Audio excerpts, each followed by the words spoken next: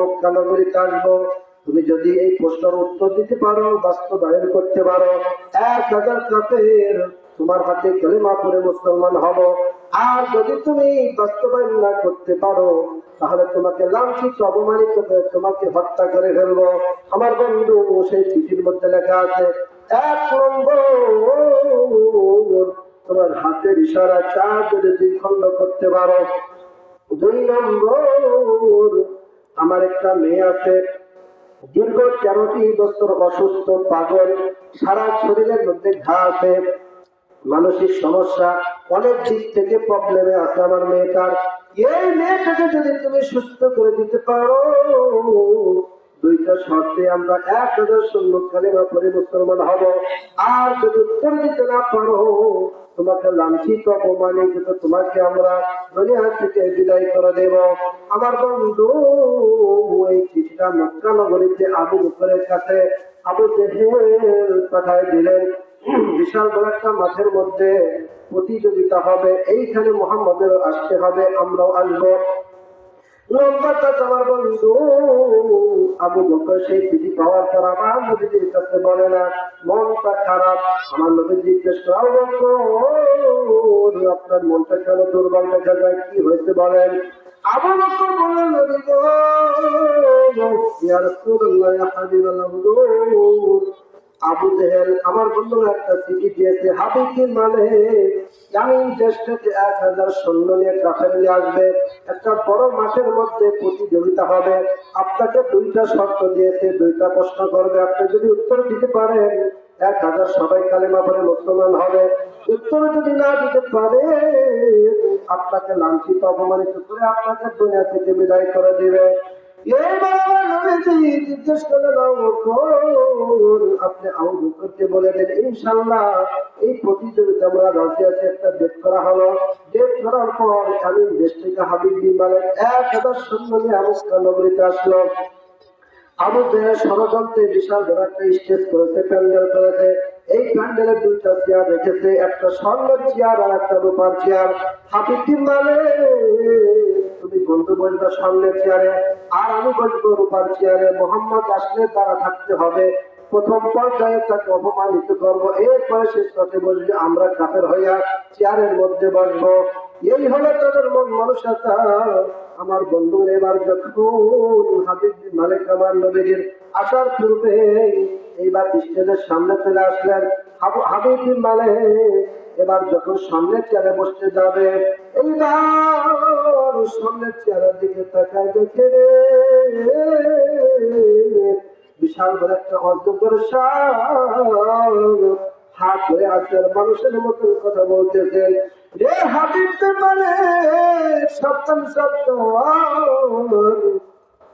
এক পাও সামনের দিকে যদি অগ্রসর হও, তোমাকে সবল দিয়ে কিন্তু আমি খেয়ে ফেলবো, মেরে ফেলে দেব। এই চেয়ারে তোমার বসার অধিকার নাই। এই চেয়ারে বসবে দু জাহানের বাদশাহ নবী মুহাম্মদ, বলেন সুবহানাল্লাহ। এবার আমার বন্ধুর হাবিব বিন মালিক পিছনের দিকে চলে আসলো। এইবার আবু জেহেল এবার আমার উপর চেয়ারে বসতে যাবে। আবু জেহেল সামনের দিকে যখন অগ্রসর হয়েছে, বিশাল বড় একটা চোখের আমার বন্ধুগণ আবু জেহেলকে বলতেছেন, আবু জেহেল, সামনে এক পা অগ্রসর হবি না, সামনে যদি অগ্রসর হয় তোকে আমি সবল শেষ করে দেব। এই চেয়ারে তোর বসার অধিকার নেই। এই চেয়ারে বসবে আমার নবীজির প্রিয় বন্ধু, নবীজির প্রিয় সাহাবী, খলিফাতের মধ্যে 1 নম্বর, তার নাম হচ্ছে আবু বকর রাদিয়াল্লাহু তাআলা, বলেন সুবহানাল্লাহ। এইবার যখন পিছনে আসলো, আমার বন্ধুগণ নবীজিকে ওহী নাযিল করল, নবী গো, আপনি সামনের চেয়ারে বসুন, আপনার ডান পাশে আবু বকরকে রূপার চেয়ারে বসান। এইবার আবু বকরকে সকল কাফের এবং সাহাবীরাও ছিল, সবার সামনে যখন আবু বকরকে ডান পাশে বসাইলেন, আমার নবীজি তাকায় দেখে আবু বকরের চোখ দিয়ে টস টস করে পানি পড়তেছে। আমার নবী জিজ্ঞেস করলো, আপনার ডান পাশে আমার আল্লাহ সম্মান দিয়েছে, ওহির মাধ্যমে জানা দিয়েছে, আপনার ডান পাশে বসানোর পরেও আপনার চোখ দিয়ে পানি পড়ে কান্দেন, কারণটা কি? আবু বকর ডাক দিতেছেন, নবী গো,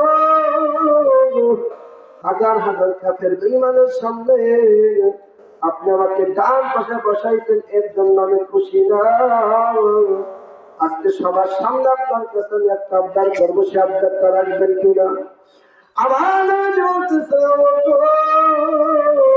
কি হলো আপনার আবদার বলুন। এবার আবু বকর বলতেছেন, নবী গো, আপনার দুনিয়া থেকে বিদায় নেওয়ার পর আপনার খবর যেখানে হবে, আপনার ঔজাবাদ যেখানে হবে, আপনার ডান পাশে আমি কিয়ামত পর্যন্ত ঘুমাইতে চাই। বলেন সুবহানাল্লাহ। এ মুসলমান ভাই বন্ধু, যারা হজ করেছেন দেখবেন আমার নবীজির ডান পাশে আবু বকর, বাম পাশে ওমর রাদিয়াল্লাহু আনহু ঘুমায় আছে। কথা বলেন ঠিক কিনা?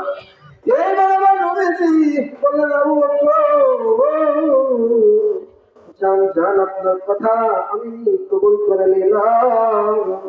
আমার ওফাতের পর আমি সাহাবীদেরকে বলে গেলাম, আমার যেখানে খবর হয়, যেখানে মওতাবাত হয়, আমার ডান পাশে আবু বকরের জায়গা করে দিয়ে। বলেন সুবহানাল্লাহ। আমার ভাইরা, আমার বন্ধু, বাস্তবে আবু বকরের স্থান ডান পাশে, ওমর রাদিয়াল্লাহু আনহু জায়গা ছিলেন ওমরের স্থান ডান পাশে হয়েছে। এরপর আর কোন সাহাবী চালও নাই, জায়গাও হয় নাই। এইবার আমার নবীজি চিন্তায় আছে, আমার শাহাদাত প্রাঙ্গণের চাঁদ দুই খণ্ড হবে কিনা। আমার আল্লাহ জিব্রাইলকে জানালেন, জিব্রাইল যাও তো আমার বন্ধুকে বলে দাও ৪,৫০০ মুজিজা দিয়েছি, এটা একটা মুজিজা। আমার নবীজি বিসমিল্লাহ বলে আল্লাহর উপর ভরসা করে হাতটা যখন শাহাদাত আঙ্গুলটা চাঁদের দিকে ইশারা করবে, সাথে সাথে আমার নবীর শাহাদাত আঙ্গুলের ইশারায় চাঁদ দুই খণ্ড হয়ে গেল। আল্লাহু আকবার বলে। এইবার আমার বন্ধুগুলো ১,০০০ কাফের বেঈমান সাহাবীরা উপস্থিত ছিল সবার সামনে। আমার নবী আল্লাহর উপর ভরসা করে বিসমিল্লাহ বলে যখন শাহাদাত আঙ্গুলটা ইশারা করলেন, সাথে সাথে চাঁদটা দুই খণ্ড হয়ে দুই দিকে পড়ে গিয়েছিল। বলেন আল্লাহু আকবার। তিনজন বিজ্ঞানী চাঁদে গিয়েছিল। প্রথমে চাঁদে যাওয়ার পর একজন রকেটের ভিতরেই ছিল, আর বাকি দুইজন চাঁদের ভিতরে প্রবেশ করেছিল। এই দুইজন বিজ্ঞানী বলে রাসূলুল্লাহ সাল্লাল্লাহু আলাইহি সাল্লামকে নিয়ে গবেষণা করেছি, নবুয়তের ৭ম বছরে চাঁদ যে দুই খণ্ড করেছে তার বাস্তব প্রমাণ আমরা একটু দেখতে চেয়েছি। বাস্তবে দেখলাম চাঁদের মাঝখান দিয়ে স্পষ্ট ফাঁকা দাগ দেখা যাচ্ছে। আল্লাহু আকবার বলে। এই দুইজন আর একটা তথ্য দিয়েছিলেন, ওই চাঁদের ভিতরে আর একটা শব্দ পেয়ে আমরা শুনতে পেয়েছিলাম। সে শব্দটা হচ্ছে মিশরের কায়রোতের কেন্দ্রীয় মসজিদ থেকে দুপুর বেলা যে আযানের শব্দ বের হয়, ওই আযানের শব্দ আমরা চাঁদের মধ্যে পেয়েছিলাম। বলেন সুবহানাল্লাহ। এই দুইটা নবীজির তথ্য আমার চাঁদের মধ্যেই তথ্যটা পেয়ে এই তিনজন বিজ্ঞানী দুনিয়াতে এসে আবার কালেমা পড়ে মুসলমান হয়েছিলেন। বলেন সুবহানাল্লাহ। এ মুসলমান ভাই বন্ধু, আমার নবীজির হাতের ইশারা চাঁদ দুই খণ্ড হলো। আবার ইশারা করলে চাঁদ একত্রিত হয়ে গেলেন। এবার বলতেছেন, আমার মেয়ে দীর্ঘ ১৩টি বছর অসুস্থ, মেয়েটাকে সুস্থ করে দাও। আমার নবীজি বলতেছে, ঠিক আছে যান, আমি আল্লাহ তাআলার কাছে দোয়া করব, মালিক আমার দোয়ার বরকতে সেই মেয়েটাকে পরিপূর্ণ সুস্থতা করে দাও। এবার হাবিব বিন মালিক বলতেছে, তোমার কথা আমি বিশ্বাস করবো কিভাবে? তোমার কথা আমি বিশ্বাস করতে পারবো না। আমি সেখানে যাবো, যাওয়ার পর আমার মেয়ের অবস্থা বুঝে যদি দেখি বাস্তবে সুস্থ হয়েছে, আমি এসে আবার তোমার হাতে কালেমা পড়ে মুসলমান হয়ে যাব। এবার আবার আমার বন্ধু হাবিব বিন মালিক সেখানে গেলেন। যাওয়ার পরে ওরা দেখলেন দীর্ঘ ১৩টি বছর আমার মেয়ে ভালো করে কথা বলে না, আমার সাথে আব্বা বলে ডাক দেয় না। যখন আমি রুমের মধ্যে গেলাম, মা বলে যখন ডাক দিলাম, আমার মেয়ে পরিপূর্ণ সুস্থ অবস্থায় আমার সামনে একজন সুস্থ মানুষ এসে দাঁড়িয়ে দিলেন। বলেন সুবহানাল্লাহ। হাবিব বিন মালিক এই বিষয় দেখার পর আবার চলে আসলেন মক্কাতে। আসার পর আমার নবীজির হাতে কালেমা পড়লেন, লা ইলাহা ইল্লাল্লাহু মুহাম্মাদুর রাসূলুল্লাহ। কাফের বেঈমান আমার নবীজির হাতে কালেমা পড়ে মুসলমান হলেন। কিন্তু আবু জেহেলের কপালে হিদায়াত তাই আবু জেহেল কালেমা পড়তে পারলেন না। কথা বলেন ঠিক কিনা? আমার আল্লাহ সূরা বাকারার প্রথম পৃষ্ঠায় আমার আল্লাহ বলছেন খাতাবাল্লাহু আলা কুলুবিহিম ওয়া আলা সামাইহিম ওয়া আলা আবসারিহিম গিশাওয়া ওয়া লাহুম আযাবুন আযীম।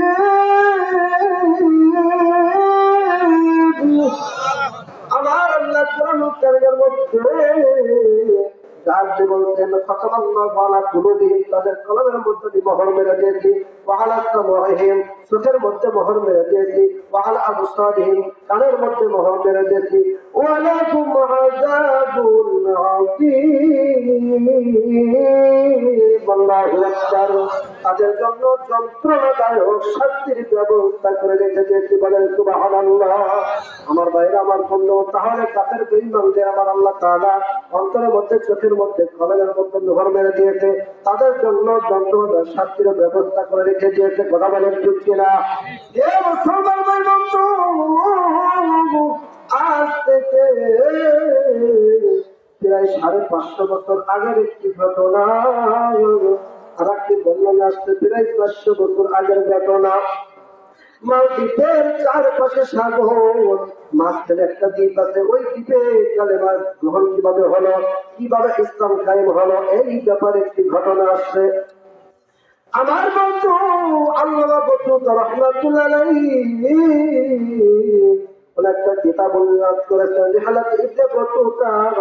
এই কিতাবের মধ্যে উল্লেখ করেছেন আমার বন্ধুগণ সৌদি আরব থেকে একটি জাহাজ এসে মালদ্বীপ পর্যন্ত এসে সেই জাহাজটা ডুবে শত শত হাজার হাজার মানুষ সেই জাহাজটা ডুবে মারা গিয়েছিলেন।